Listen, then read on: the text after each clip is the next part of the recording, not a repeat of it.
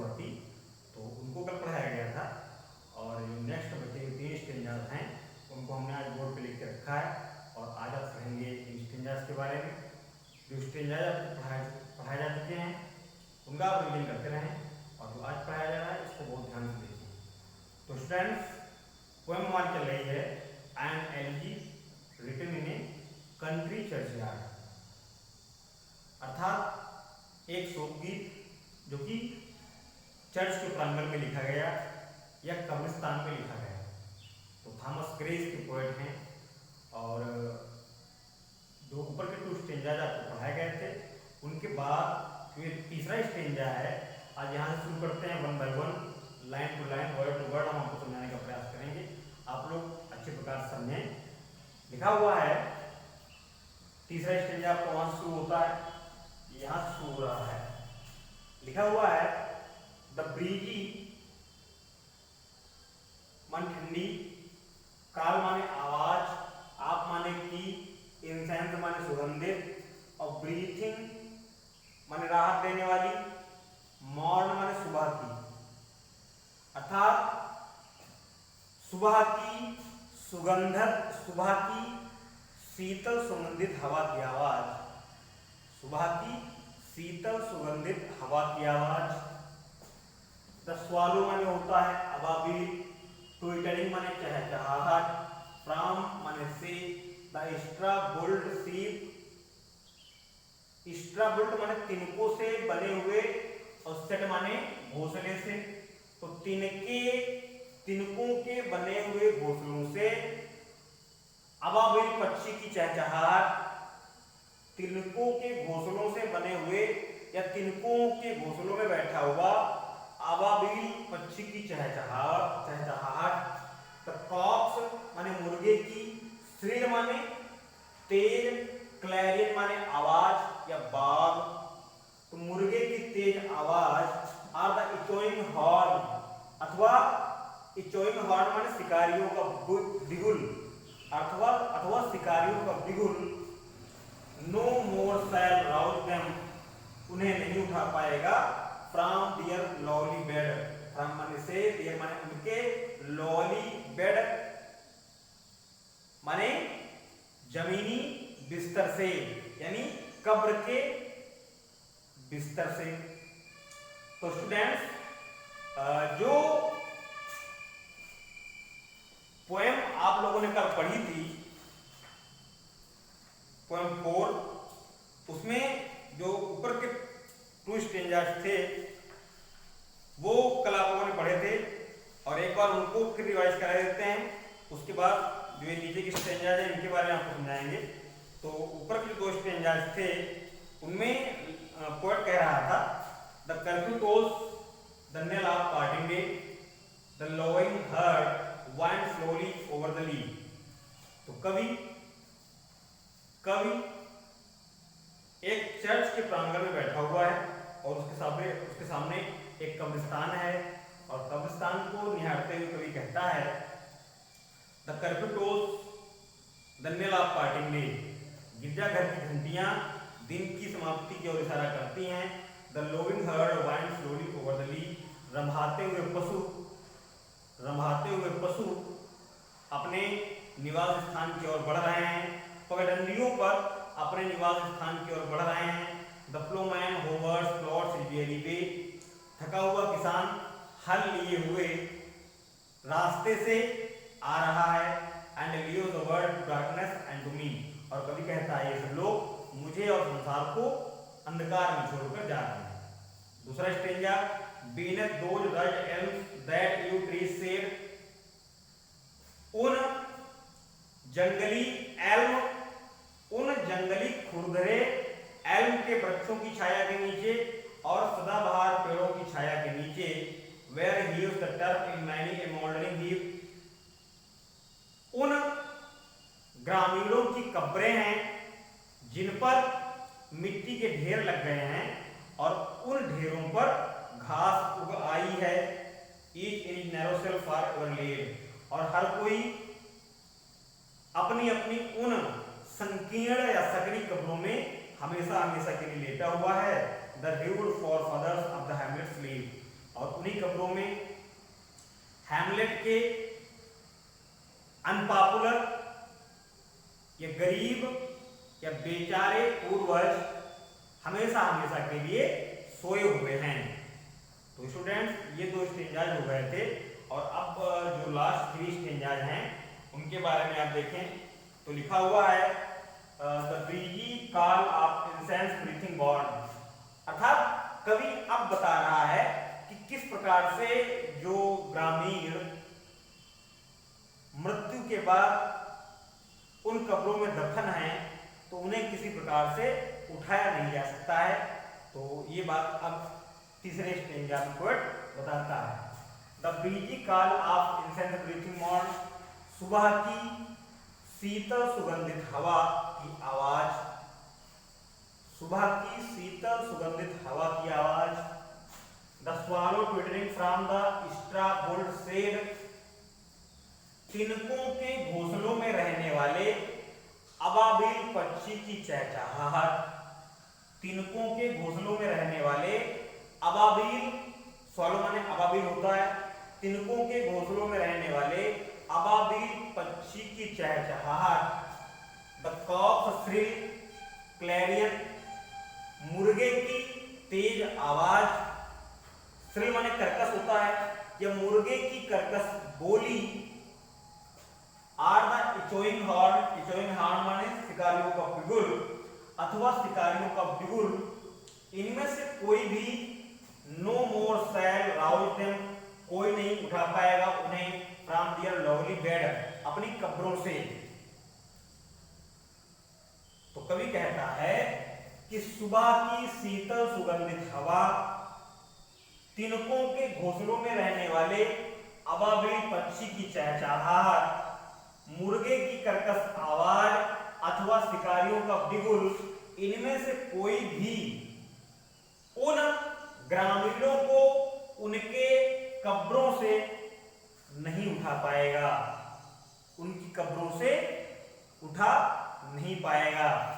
और अगला स्टेंजा आपका है let not ambition mock their useful toil, let से बनाया वाक्य इंपरेटिव है, तो यहाँ पे एम्बिशन माने होता है महत्वाकांक्षा, लेकिन एम्बिशन का मतलब यहाँ पे महत्वाकांक्षी लोगों से है, मॉक माने मजाक उड़ाना, देयर माने उनके, यूजफुल माने उपयोगी और टॉयल माने कार्य का।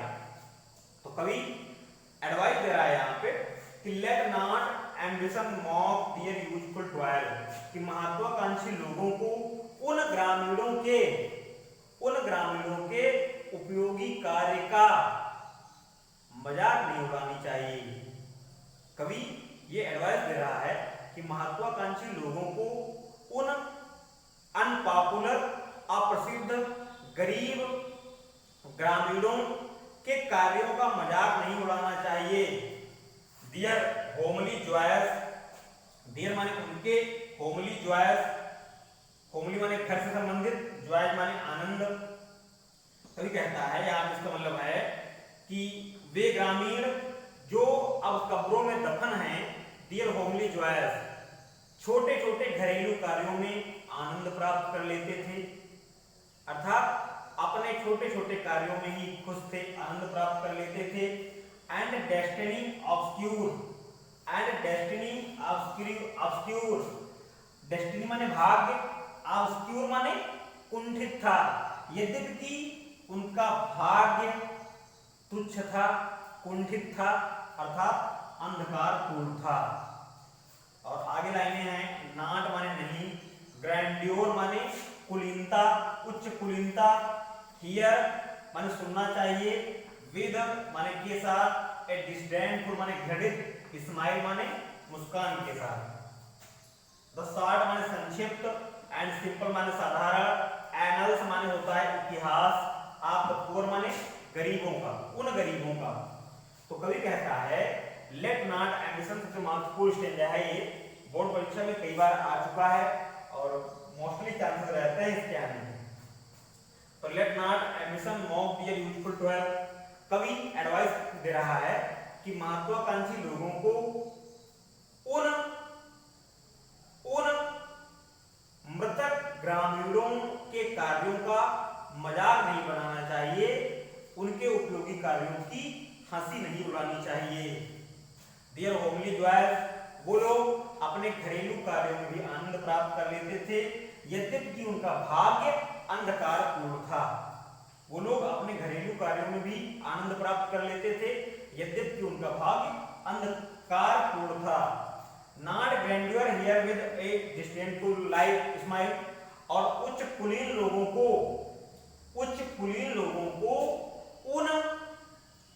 उन बेचारे ग्रामीणों के संक्षिप्त और सज्जन जीवन के बारे में सुनकर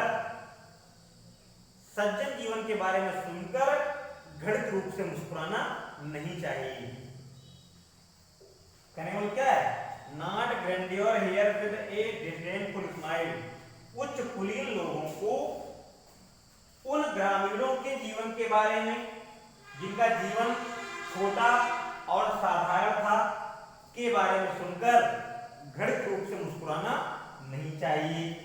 और आगे लास्ट स्टेज आपका है, लिखा है द बोस्ट माने होती है बीइंग ऑफ हेराल्डरी माने उच्च कुलीनता की, the pomp of power, pomp माने दिखावा, ऑफ पावर माने शक्ति की, द बोस्ट ऑफ हेराल्डरी उच्च कुलीनता की being, the pomp of power शक्ति का दिखावा, and all that beauty, and माने और, ऑल माने सारी, दैट ब्यूटी माने वह सुंदरता, और वह सारी सुंदरता, ऑल दैट वेल्थ और वह सारी संपदा, इवर गेयो जो तुम्हें कभी भी मिली है, अवेट्स माने प्रतीक्षा करती है, ए लाइक माने एक समान, इनविटेबल माने अनिवार्य रूप से, हावर माने घंटे की। तो कहने का मतलब क्या है स्टूडेंट?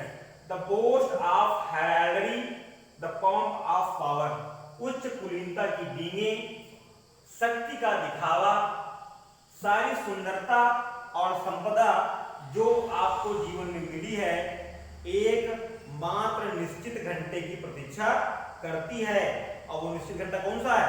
वो निश्चित घंटा है इंसान की मृत्यु का समय।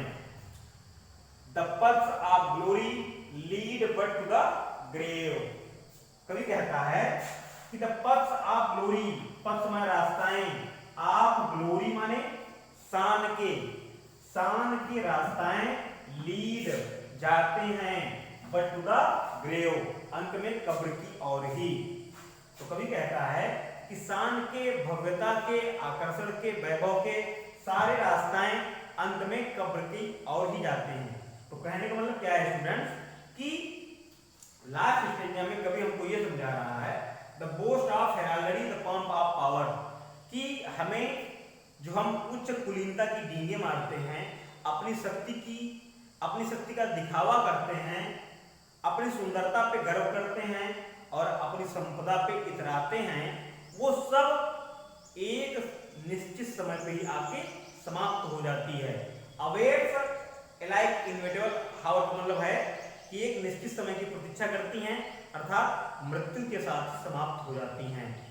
और the path of glory lead but to the grave, और जो शान के रास्ते हैं या वैभव के रास्ते हैं वो अंत में मृत्यु की ओर ही जाते हैं।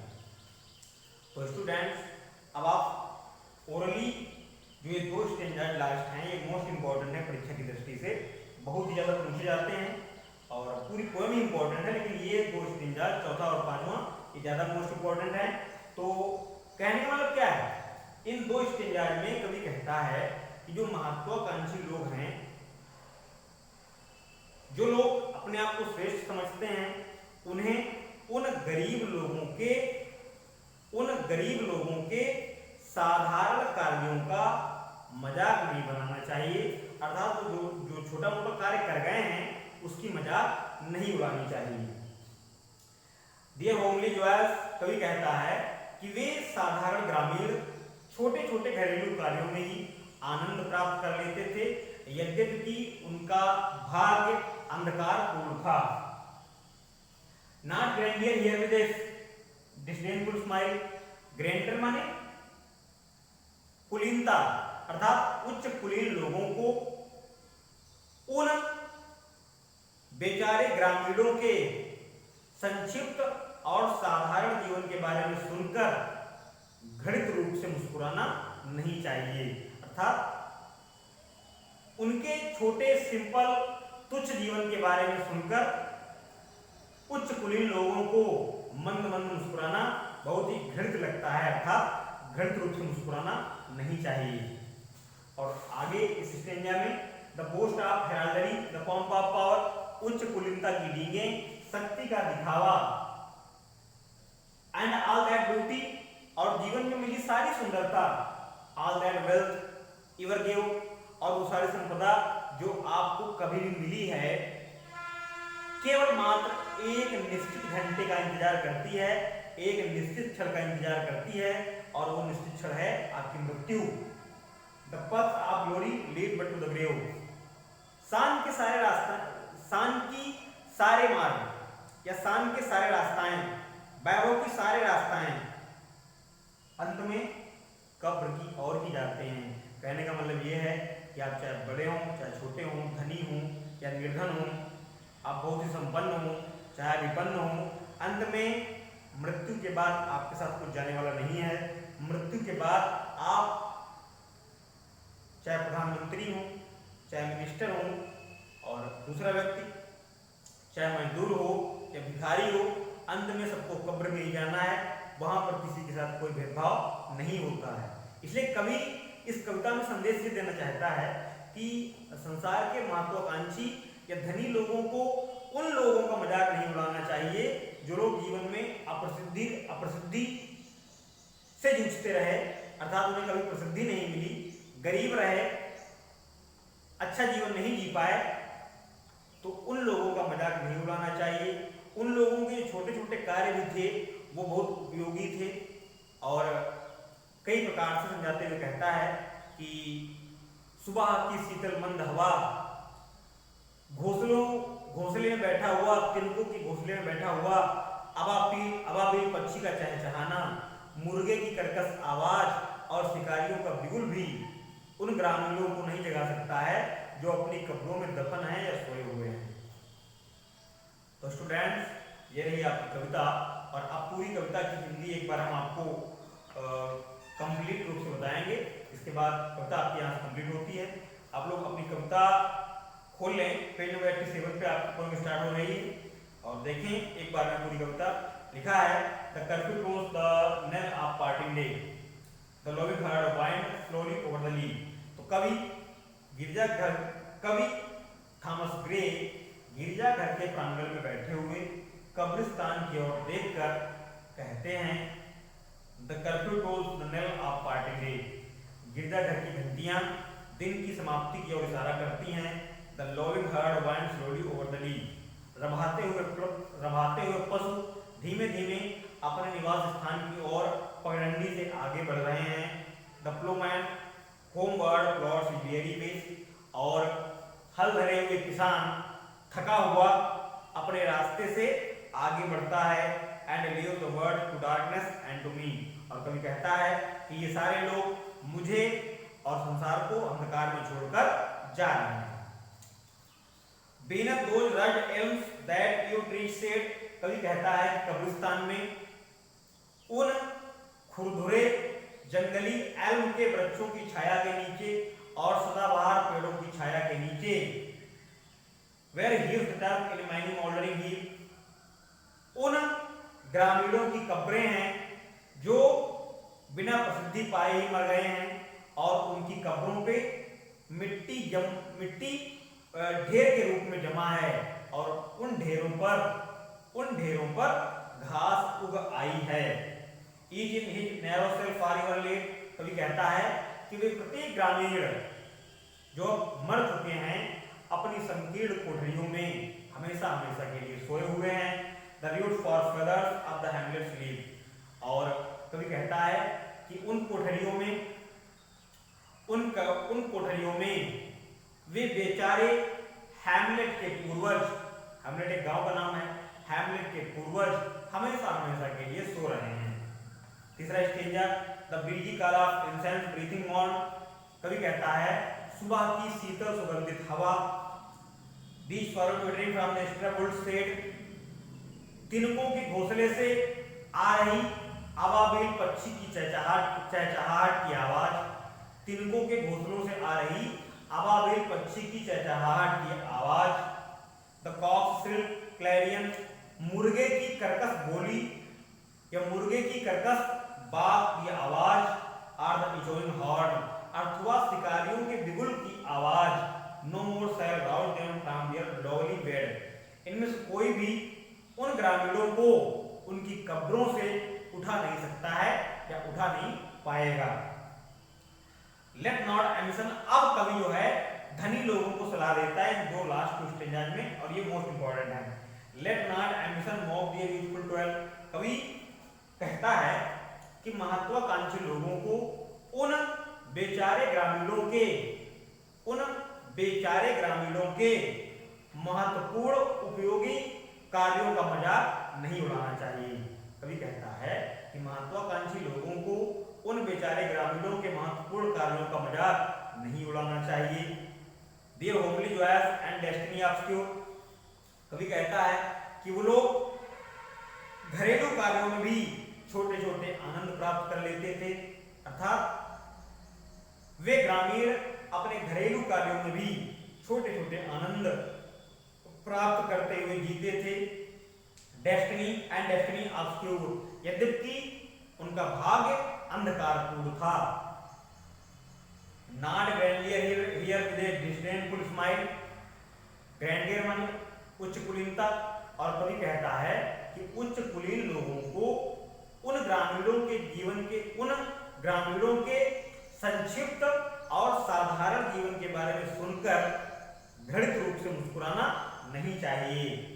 The boast of heraldry, the pomp of power, उच्च कुलीनता की डींगे और शक्ति का दिखावा, भौतिक सुंदरता और वो सारी संपदा जो आपको कभी मिली है, एक निश्चित घंटे का अथवा क्षण का इंतजार करती है, और वो क्षण है आपकी मृत्यु। The path of glory lead but to the grave, कवि कहता है कि शान के रास्ते, शोभा के मार्ग, वैभव के मार्ग अंत में कब्र की ओर ही जाते हैं। कहने का मतलब ये है at last everyone has to die, अंत में सभी को मरना पड़ता है, और मरने के बाद किसी के साथ कोई भेदभाव नहीं होता है। मरने के बाद हर किसी को कब्र में ही जाना है, हर किसी के लिए एक ही रास्ता निश्चित किया गया है। तो स्टूडेंट्स, ये पोएम आपके यहाँ समाप्त होती है, और अब आप ये जान लें कि आपकी पूरी पोएम में राइम स्कीम ए बी है। ऊपर के जो दो स्टेंजास कल पढ़ाए गए थे, उनकी राइम स्कीम आपको बता दी गई थी। और अब आप देखें तीसरे स्टेंजा की राइम स्कीम, यहाँ पे लिखा है ब्रीथिंग मॉर्न, इसको ए कर देंगे। यहाँ पे लिखा है सेड, इसको बी कर देंगे। हॉर्न लिखा है, इसको ए, और बेड को B.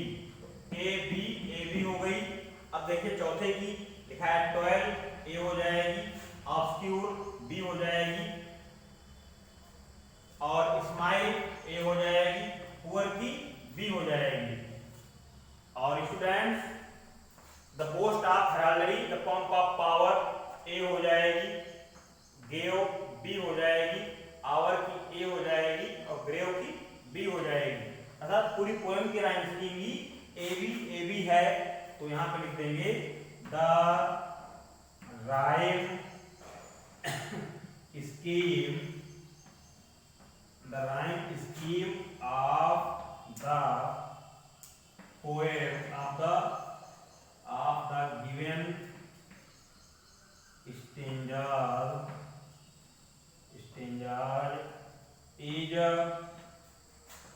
is AB. The rhyme scheme of the given stanzas is AB. तो ये राइम स्कीम है, और स्टूडेंट्स बहुत अच्छी प्रकार से इन स्टेंजाज में फिगर्स ऑफ स्पीच का भी यूज हुआ है। इस लाइन में देखें, let not ambition mock be useful to all, यहाँ पे पर्सनिफिकेशन, इस लाइन में पर्सनिफिकेशन का यूज किया गया है। और दूसरे स्टेंजा में जो आपका दूसरा स्टेंजा है सॉरी पहला स्टेंजा है द फ्लोमैन होमवर्ड प्लॉट्स इन मेरी वे। इसमें एक फिगर ऑफ स्पीच होता है एपिथेट। एपिथेट तो उसका प्रयोग है, हालांकि आपके कोर्स में वो फिगर ऑफ स्पीच नहीं है, लेकिन उसमें एपिथेट फिगर ऑफ स्पीच का प्रयोग है पहले स्टेंजा में तीसरी लाइन में। तो इसका सेंट्रल आइडिया और जो इससे संबंधित एक्सप्लेनेशंस हैं वो आपको लिख के भेजे जाएंगे। फिलहाल आज की वीडियो में इतना ही। आशा करते हैं कि हमने जो आपको आज पढ़ाया है अच्छी प्रकार आपको समझ में आया होगा, और फिर भी कोई समस्या आपको रह जाती है, इसमें कोई चीज़ समझ में नहीं आई है तो आप लोग कमेंट के माध्यम से पूछ सकते हैं। आप लोग अच्छी प्रकार पढ़ते रहें, स्वस्थ रहें, प्रसन्न रहें, ऐसी हमारी शुभकामनाएं। Until then bye bye. एक बात और आपको बता दें कि आप लोग स्कूल के चैनल को तो सब्सक्राइब कर चुके हैं, और हमने अपना एक चैनल बनाया है ज्ञान ज्योति इंग्लिश क्लासेस के नाम से।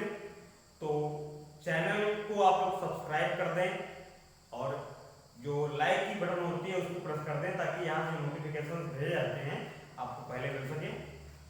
Till then bye bye, thank you.